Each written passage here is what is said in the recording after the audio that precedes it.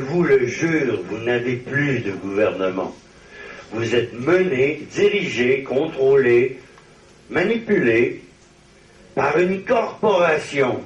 Votre gouvernement est une corporation qui possède plusieurs directeurs, que vous appelez des ministres, et qui dirigent le pays, c'est-à-dire l'entreprise dont vous êtes les employés et la possession. Vous n'êtes qu'un numéro.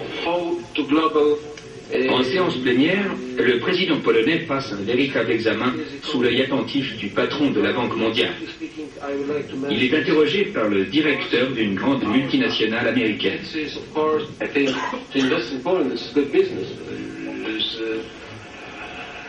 Tout le monde rit de lui. Il dit investir en Pologne, c'est une très bonne affaire, les gens. On se moque de lui, il est sur la sellette. Il est en train de passer un méchant examen. Maintenant, regardez si vous voulez connaître toute l'essence de la mondialisation, vous allez la voir.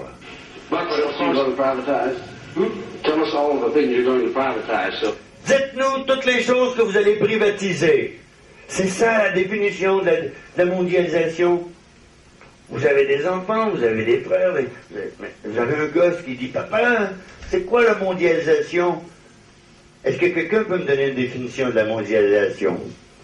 C'est la privatisation des biens et services d'une nation. C'est ça. Point. Fini. C'est ça. Avec profit, tout ce qui... C'est la privatisation des biens et services d'une nation. C'est clair. Les biens, c'est ce qu'on a dans les poches. Et les services, c'est nous que nous les rendons, non? C'est la privatisation d'une nation. Et c'est la raison pour laquelle je vous dis que la terre est vendue. La terre est rendue privée. La propriété privée des grandes corporations, de l'élite financière, ouais. Mais qui est au-dessus de ça? N'oubliez jamais le petit triangle avec l'œil dedans. Ce sont eux qui mènent le bal. Oui. You're going to prioritize the telecommunications. What's next? Well, that's difficult to say. I said 68% of GDP is coming from private sector. After telecommunication, after banks, after copper, after some, but then that's all, you know. When we will privatize 100% of economy, what we can privatize more? Quand nous avons privatisé 100% de notre économie, quoi de plus nous pouvons privatiser? Écoutez la réponse arrogante et impétueuse de ces monstres. Écoutez bien. I cannot. Government! Et voilà, c'est ça la réponse. Et c'est pour ça que c'est une corporation. Ce sont des corporations qui ont élu des directeurs à la tête de vos pays, de nos pays, qui dirigent. On a privatisé le gouvernement. Je vais vous apprendre des petites choses sur votre propre gouvernement que vous savez déjà, mais on va faire des liens que peut-être que vous n'avez pas fait. Formé par le département d'État américain, ceux qui sont derrière, je vais lire pour vous.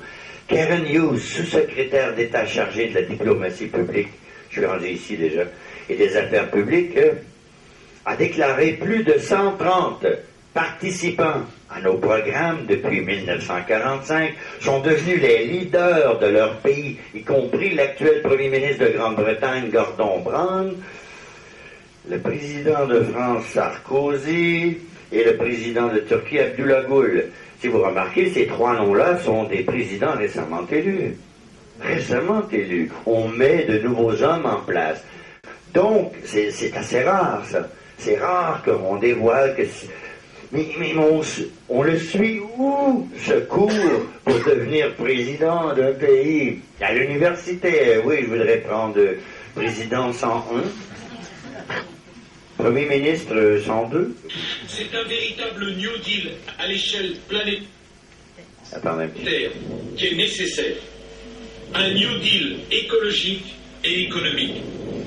Au nom de la France, j'appelle tous les États à se réunir pour fonder le nouvel ordre mondial du XXIe siècle sur cette idée forte que les biens communs de l'humanité doivent être placés sous la responsabilité de l'humanité tout entière. 80% de l'électricité que nous produisons au Québec et au Canada vont aux États-Unis. 100% du pétrole que nous avons, que nous produisons, 100% va aux États-Unis.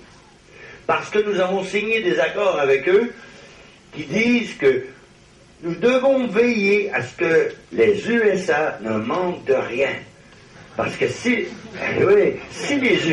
les États-Unis s'écrasent, nous nous écrasons.